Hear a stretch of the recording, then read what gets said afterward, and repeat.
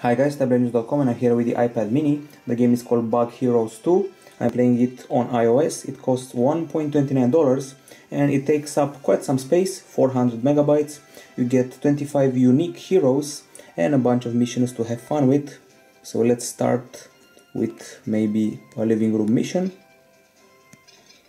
So you control a bunch of bugs that you can select here and create a team. Then send them to do battle. The concept is pretty straightforward. You can also change the view angle of the bugs. You have to fight off and destroy enemies in this mission. The graphics are quite nice looking. People have compared this to MOBA games. Some people say it resembles DOTA. You can actually play it online with other people. You can increase the abilities of your characters and heroes. You can also switch between these guys, so you can control one of them or the other. They fire automatically. One is a spider and one is a slug, and here you can see a list of abilities that will get activated during the battle. You can wait for the enemies to be spawned or go right ahead and hit them. You can also go all around the map collecting food. You can also build a variety of towers. There's also the home base that you have right here, where you stash your food and you go to recharge. In some of the missions you can actually use strategy, build the guard towers, enhance them, go to the enemy's base and fight him. This is where I feed my guys, and this is where I can build a turret. So I'm building one right now that will fire at the enemies, and now I just leveled up and I'm allowed to choose a new ability to unlock. Let's say this one. Let's switch to the other guy. As you can see, he's firing automatically and he has electrical powers, while the spider is all about his shield. We're going back to base and feeding each other. This is the turret I just built. So strategy is also important here. This is both an action game and a strategy game. People call these games MOBA for some reason, M-O-B-B-A, if I'm not mistaken. You can correct me if I am in the comments in the video. Let's use this ability to taunt the enemies, and round 1 of assault has been completed. Of course, you have single player missions, you got multiplayer missions, you have skirmish missions.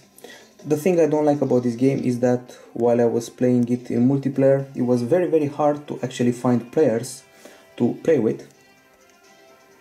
And here you can choose your heroes and destroy the enemy's food stash. Here you can defend your food stash.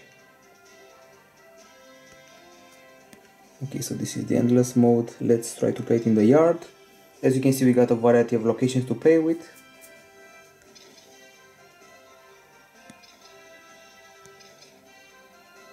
Okay, making another team. I chose this guy, this flies, or whatever he is. This time we're playing in the grass. And this time I have a big base behind me with food here and a bunch of turrets. I can also claim other turrets on the map. I can change the view angle, and once again the graphics are beautiful. So let's try to find the enemy base and kill it, or simply go looking for trouble. The developers of the game have done a fine job by making the maps huge here and adding a ton of enemy units. You can play with 25 heroes, as I said. This is basically DOTA with bugs, as some people call it. It's a competitive and cooperative adventure in multiplayer, so you can play with another guy against some other guys, explore the map, perform upgrades, attack the enemy's base. This is a mercenary camp. You can hire mercenaries by spending cash if you have it. If you don't, you have to wait a bit longer.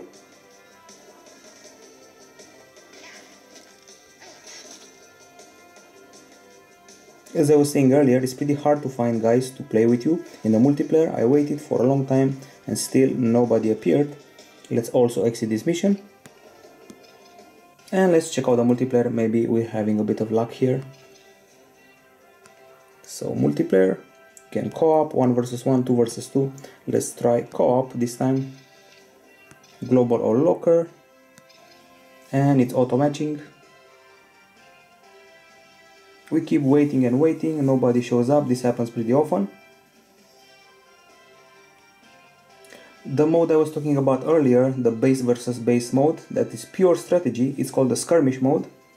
You team up two heroes, they have melee and ranged combat, there are 75 enemy types, you can upgrade your skill and you can buy weapons, armor, gear, build defense towers and all that.